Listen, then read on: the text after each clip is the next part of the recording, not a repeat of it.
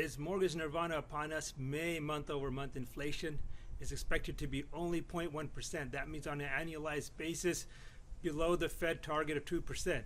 So are we in for a multiple rate cuts? Are we in for some really fun, exciting times?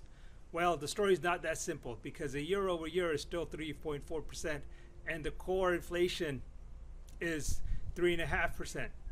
At least that's what's expected. We'll see what the numbers come out when they come out tomorrow. So I don't think there's going to be a lot of rate cuts, and the month over month would have to stay at 0.1%, maybe can go up to 0.2%, but it has to stay low like this for the next 12 months in order for there to be a real dent in the inflation. Also, the other thing that's interesting is oil prices are only at $78 a barrel, even though the OPEC has announced multiple production cuts, and they just announced a production cut recently.